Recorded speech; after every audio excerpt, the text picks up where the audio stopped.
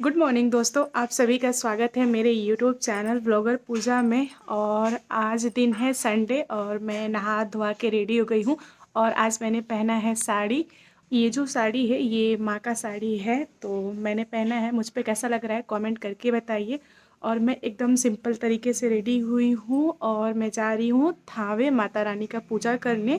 बहुत दिन पहले मैंने एक छोटी सी मन्नत मांगी थी, वो मन्नत पूरी हो गई है। तो हम जा रहे हैं माता रानी का दर्शन करने और प्रसाद चढ़ाने। मुझे आंसू लेके जाएंगे और मैं एकदम सिंपल रेडी इसलिए हुई हूँ क्योंकि मैं घूंघट लेने वाली हूँ, तो अंदर कुछ दिखेगा नहीं, तो उससे अच्छा है कि ऐसे ही चले।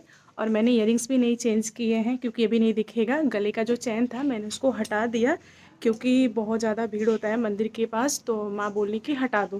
तो बस यही, अभी थोड़ी देर में निकलेंगे। आंसू नहाने गए हैं, आंसू नहा के जैसे ही आते हैं फिर हम चलेंगे। और घूंघट में मैं रहूँगी बट कैमरा ऑन रखूँगी।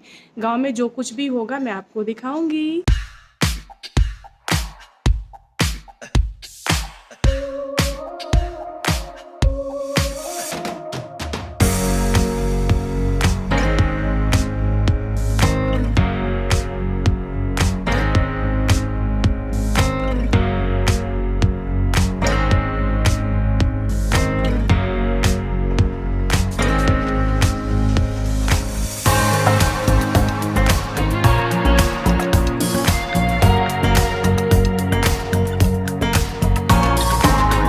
फाइनली दोस्तों थावे पहुंच गए हैं और जा रहे हैं प्रसाद लेने। प्रसाद लेके चलते हैं माता रानी का दर्शन करने। दोस्तों यहाँ पे प्रसाद 51 से स्टार्ट हो जाता है। आप अपनी इच्छा के अनुसार प्रसाद ले सकते हैं। अगर आप 51 का ले रहे हैं तो उसमें आपको सब कुछ मिलेगा। और यहाँ की जो माता रानी है बहुत बड़ी जगता माता रानी है। माता रानी यहाँ पे प्रकट हुई है। यहाँ की माता रानी की एक अलग से स्टोरी है, मैं जो आपको बताने वाली हूँ आगे वीडियो में। अभी हम लोग जा रहे हैं माता रानी का दर्शन करने। शायद यहाँ पे फ़ोटो अलाउ करे वो लोग, मैंने सुना है कि फ़ोटो नहीं निकालने देते हैं माता रानी का। अगर अलाउ होगा तो मैं फ़ोटो निकालूंगी, अगर नहीं निकाल पाई तो मैं गूगल से फ़ोटो लेके आपके साथ शेयर करूंगी। मैं चाहती हूँ कि आप लोग भी दर्शन करें माता रानी का।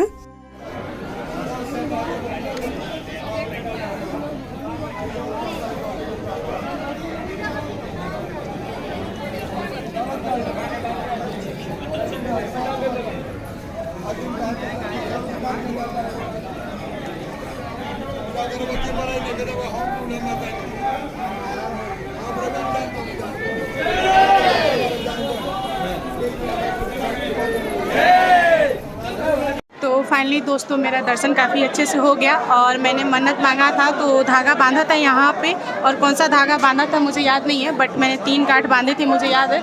तो मैं इनमें से 3 गांठ खोलने वाली हूँ और दर्शन काफ़ी अच्छे से हुआ है। मिलते हैं थोड़ी देर में।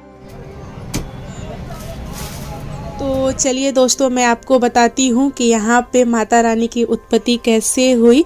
बहुत साल पहले की बात है। यहाँ पे माँ भगवती के एक बहुत बड़े भक्त रहते थे जिनका नाम था रहसू बाबा।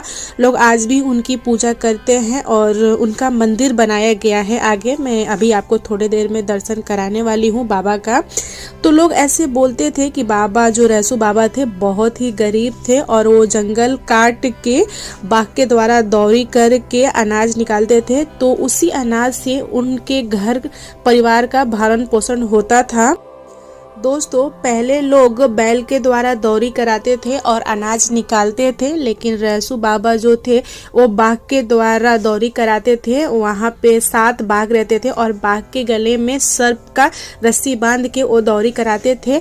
तो ये बात वहाँ के राजा को पता चली, तो राजा ने सोचा कि ये कैसे पॉसिबल है।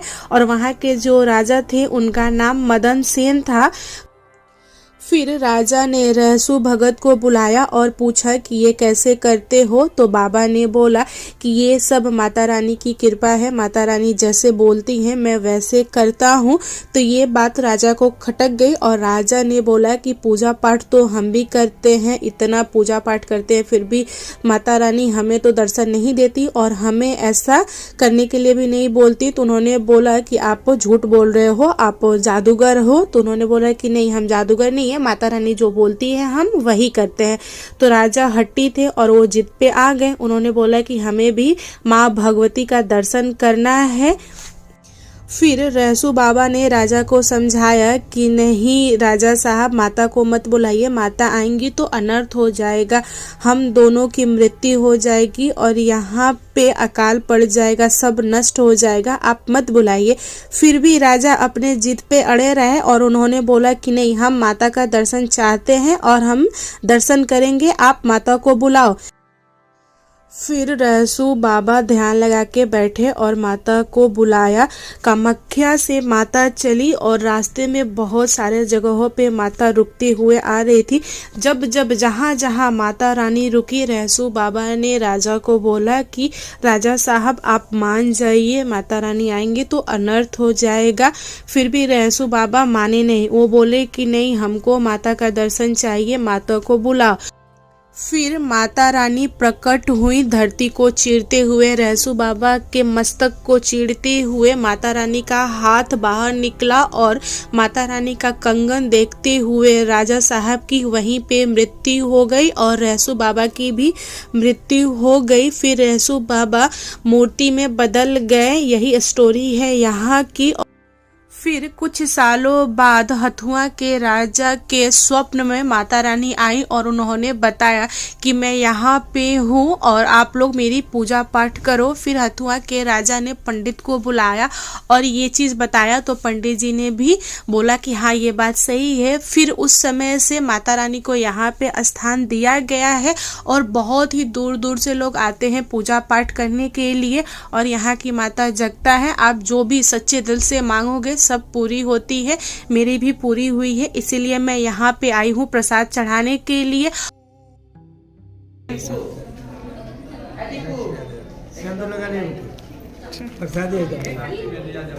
चढ़ा लो जी। ये अभी बना है, पहले नहीं था और ये कब बना है मुझे मालूम नहीं, मैं बहुत पहले आई थी। तो फाइनली दर्शन हो गया है और इधर क्या है मुझे मालूम नहीं, अभी देखते हैं। हम लोग घर जाएंगे, इधर जंगल है बहुत सारा, तो अगर आप चाहें तो घूम सकते हैं। हम लोग निकल भी चुके हैं घर जाने के लिए। प्रसाद प्लास्टिक में आ गया है और आंसू गए हैं पड़किया लाने के लिए। यहाँ का जो पड़किया है बहुत ही ज़्यादा फेमस होता है और बहुत ही टेस्टी होता है, तो आंसू गए हैं, लेके आते हैं, फिर हम लोग घर निकलेंगे।